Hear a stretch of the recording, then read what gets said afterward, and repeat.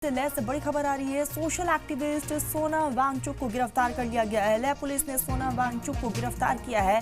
लेह तशद्दुद मामले में सोनम वांगचुक की गिरफ्तारी हुई है और आपको बता दें कि फिलहाल अब आगे की कार्रवाई जारी है। तो ये बड़ी खबर आ रही है। सोशल एक्टिविस्ट सोनम वांगचुक को लेह हिंसा के बाद एनएसए के तहत गिरफ्तार किया गया है।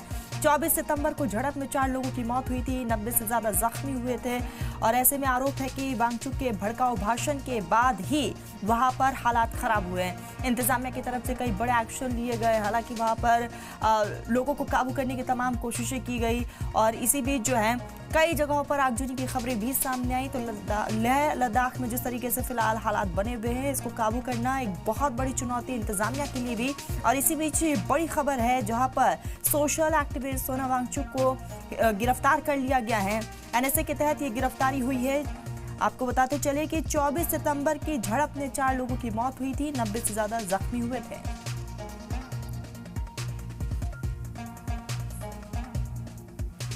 इसी बीच हमारे साथ जिगमेट जंसपाल जुड़ चुके हैं। जंसपाल, यहाँ पर बड़ी कार्रवाई करते हुए सोनम वांगचुक को गिरफ्तार कर लिया गया है, ताजा अपडेट दीजिएगा। जी, जिस तरह से सूत्रों के हवाले से ये पता चला है कि आफ्टर लंच जो है सोनम वांगचुक को जो है अरेस्ट कर दिया गया है।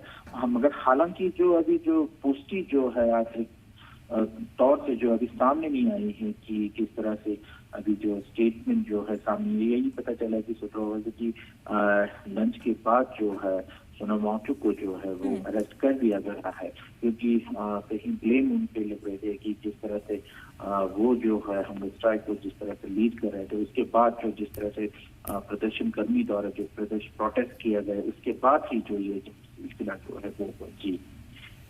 जंसपाल, जानकारी ये भी दीजिएगा कि फिलहाल वहां लेह में क्या कुछ हालात बने हुए हैं, प्रशासन की तरफ से क्या कुछ कदम उठाए जा रहे हैं, क्योंकि स्कूल कॉलेजेस और तमाम इंस्टीट्यूट अगले आदेश तक के लिए बंद है। जी, जिस तरह से डिस्ट्रिक्ट एडमिनिस्ट्रेशन लेह द्वारा सेक्शन 163 जो है इम्पोज किया गया और साथ ही साथ चीफ एजुकेशन ऑफिसर लेह द्वारा ये भी एक आज सुबह जो उन्होंने एक लेटर जो है सर्कुलेट किया, जिसमें 2 दिन यानी आज और कल जो है स्कूल्स और कॉलेजेस जो बंद रहेगा। और सुनने में ये भी आ रहा है जो कारगिल में भी जो है 163 जो है इम्पोज किया गया।